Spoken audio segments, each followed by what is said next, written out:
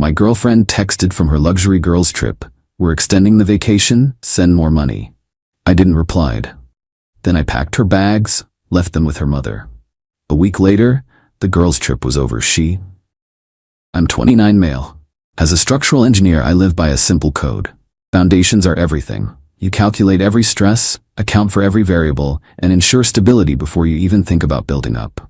For 3 years, I thought the foundation of my relationship with my girlfriend, Poppy 27, was solid rock. I see now it was just well-compacted sand waiting for a storm. I have a good career.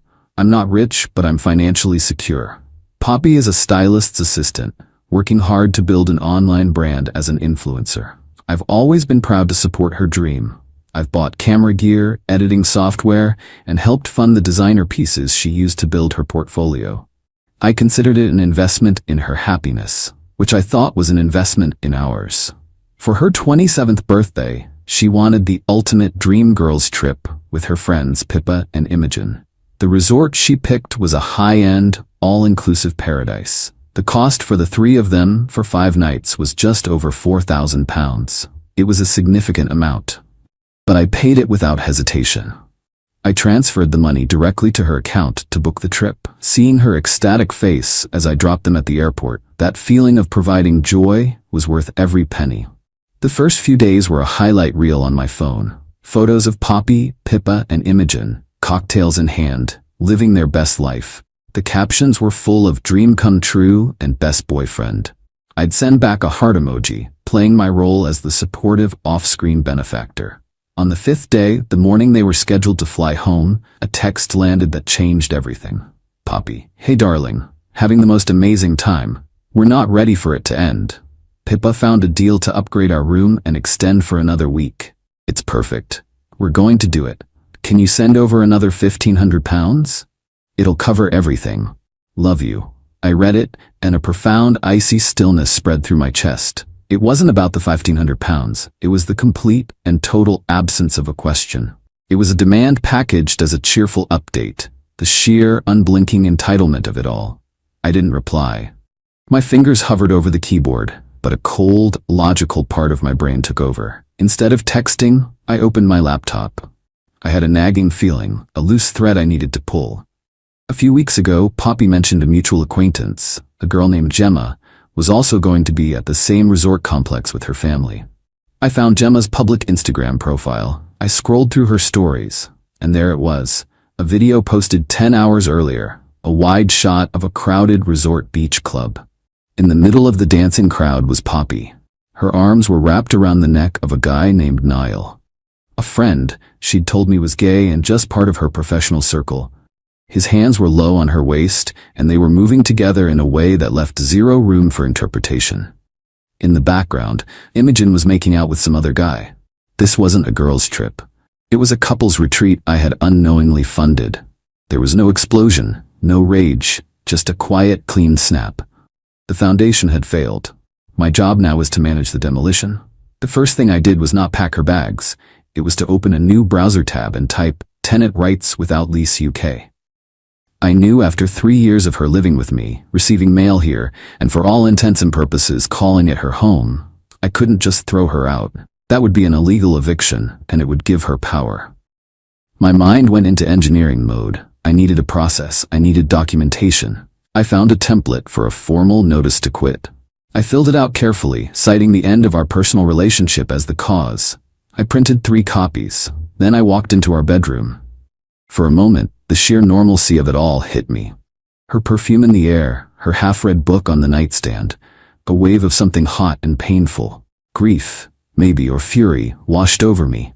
I wanted to sweep everything onto the floor. Instead, I took a deep, shuddering breath and walked to the spare room.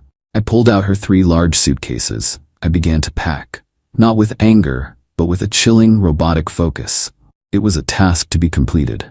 I folded her clothes, wrapped her shoes, and systematically cleared the bathroom of her endless collection of bottles and jars. I felt like an archaeologist cataloging the remnants of a lost civilization. I paused at her bedside table. The velvet box was there. Inside, the custom silver locket I'd designed for our 2nd anniversary, an engraving of the stars on the night we met. A one-of-a-kind symbol of what I thought was a one-of-a-kind love. It felt like a parody now. I picked it up, its weight feeling obscene in my hand. I took out my phone, placed the locket on the dark wood of my desk, and took several high-resolution photos and a short video of it from every angle. Then I closed the box and placed it carefully inside one of the suitcases. It was her property. But the story of its creation? That was mine. I packed everything she owned into those bags and boxes and stacked them neatly in the spare room, closing the door. The apartment was still full of her decorative touches, the throw pillows, the art prints she'd chosen. It felt like a ghost of our life together. I sat on the couch, the printed notice to quit on the coffee table beside me, and I waited. The storm was coming, and I was going to greet it with a legal document and a dead heart. Update 1. The silence was deafening for 2 days. Then, the inevitable call from the airport. "Hey, we just landed," she said, her voice bright and full of vacation bliss. "So exhausted. Can't wait to see you. I'll grab a taxi." "Your tea works, Poppy," I said, my voice flat, devoid of any warmth. "But when you get here, we need to talk." The slight pause on her end told me she caught the tone. "Okay, is everything all right?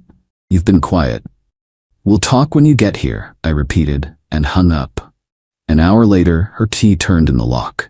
She walked in, dropping her carry-on with a sigh of relief that died in her throat when she saw my face. I was sitting on the couch, the living room dimly lit. The apartment was eerily tidy. "Arthur? What's going on? You're scaring me." I didn't say a word. I just picked up my phone, opened the screenshot Gemma had sent me, and placed it on the coffee table in front of her. Her face went through a rapid-fire series of emotions: confusion, dawning recognition, and then a flash of pure, unadulterated panic. It was there for only a second before the walls went up. The classic gaslighter's defense. "Oh my God, that," she scoffed, trying for a laugh. "That's Niall. I told you about him. We were all just dancing and having fun. You're seriously bent out of shape over a stupid picture." "It stopped being a girl's trip the moment his hands were on your waist, Poppy. You're being insecure. You're letting your jealousy ruin my welcome home because I dared to have a good time on the trip you sent me on." I let her tirade wash over me. I didn't raise my voice. When she was done, I pushed the printed document across the table toward her. "What's this?" she asked, her voice dripping with suspicion. "It's a 30-day notice to quit," I said calmly. "Our relationship is over. I've packed your belongings. They are in the spare room. You have 30 days, as required by law, to find a new place to live and remove all of your property." The sight of the formal document, the cold, legal language, hit her in a way my anger never could have. This wasn't a fight she could win with tears or accusations. This was a process. You're evicting me?" she whispered, the words sounding absurd to her. "I'm terminating your residency," I corrected her. "You have 30 days. Her face hardened. The victim narrative dissolved, replaced by cold fury. "Fine, I'll get my things now." She stood up, heading for the spare room. "No," I said, standing up to block her way. "You can take what you need for the next few days. The rest of your property, including the more valuable items, your laptop, your designer bags, the locket, will be available to you on the day you move out and return your key. Consider it insurance that you will vacate peacefully and on time." This was the move. I wasn't illegally withholding her property. I was securing it pending the termination of her residency. It was a legally gray but defensible strategy. It was leverage. "You can't do that," she shrieked. "That's my stuff. My whole career is on that laptop. You're a thief." "I'm a man who wants his flat back without any drama," I said, my voice still level, though it cost me everything. Inside, I was a wreck. My hands were shaking slightly. A dull ache had settled behind my ribs. "You have 30 days, Poppy. I suggest you start looking for a flat." She stared at me, her eyes full of a hatred so pure it was stunning. Then she turned, grabbed her carry-on, and stormed out, slamming the door behind her. I stood there in the vibrating silence of the flat, the mask of calm finally cracking. I leaned against the wall and slid to the floor, the sheer, crushing weight of the last 3 years finally hitting me. This was going to be the longest month of my life. Update 2. Update. The past 2 weeks have been a masterclass in psychological warfare. Poppy is cycling through every tactic in the manipulator's handbook, and I'm documenting everything like it's a project report. Phase 1, the sympathy play. For the first few days, I got a series of tearful texts and voicemails. How could I do this to her? She made a silly mistake. She was drunk. She loved me. She was sorry. She begged me to just talk about this like adults. I never replied. Phase 2, the legal threats. When tears didn't work, the tone shifted. She texted that she'd spoken to a solicitor, I doubt it, and that I was illegally holding her property hostage. She demanded immediate access to all her things. I replied with a single, formal email, restating the terms. All property would be released upon her vacating the premises on or before the date specified in the notice. I attached a photo of the notice she had left on the table. Phase 3, harassment via proxy. Her friends, Pippa and Imogen, started in. Texts calling me a controlling, abusive monster. Vague posts on their Instagram stories about toxic men who punish strong women. Poppy posted a teary-eyed selfie with a caption about surviving betrayal and learning to stand on my own 2 feet. It was all a performance for an audience I didn't care about. The real escalation happened last Tuesday. I got a call from my mom. Her voice was tight with a confused worry that immediately set my teeth on edge. Arthur, darling, I just had the most disturbing call from Poppy's mother, Fiona. My blood went cold. What did she say, Mum? Oh, it was a whole performance, my mum said, her voice laced with skepticism. Thank God for her good sense. She said you had some sort of breakdown, that you threw Poppy out with nothing but the clothes on her back. She claimed Poppy had loaned you a significant amount of money and you were refusing to pay her back. She kept asking if you were okay and hinted that you'd been unstable since your father passed. She was trying to paint you as unhinged and me as a negligent mother. This was a new low. Poppy couldn't break me, so she armed her mother with a pack of vicious lies and aimed her at mine. She weaponized my father's death. The strategic, detached part of my brain clicked into a higher gear. The goal was no longer just to get her out. The goal was to ensure the truth came out so clearly and decisively that she could never twist the narrative again. Yesterday, Poppy showed up with her mother. Fiona stood behind her, looking righteous and protective. Poppy demanded her laptop, claiming a major work project was due. It was a lie. A power play. Poppy, the terms are clear, I said through the door, refusing to open it more than a crack. Arthur, this is absurd, Fiona said, stepping forward. Give my daughter her things. She told me how you're holding her financially hostage after she was kind enough to lend you money. I just looked at Fiona, a woman I'd had dinner with a dozen times. You should be careful about the stories you choose to believe, Fiona, I said. Then I closed the door. This is not a clean fight. It's a miserable, draining siege. I've been sleeping on the couch because I can't stand being in the bedroom.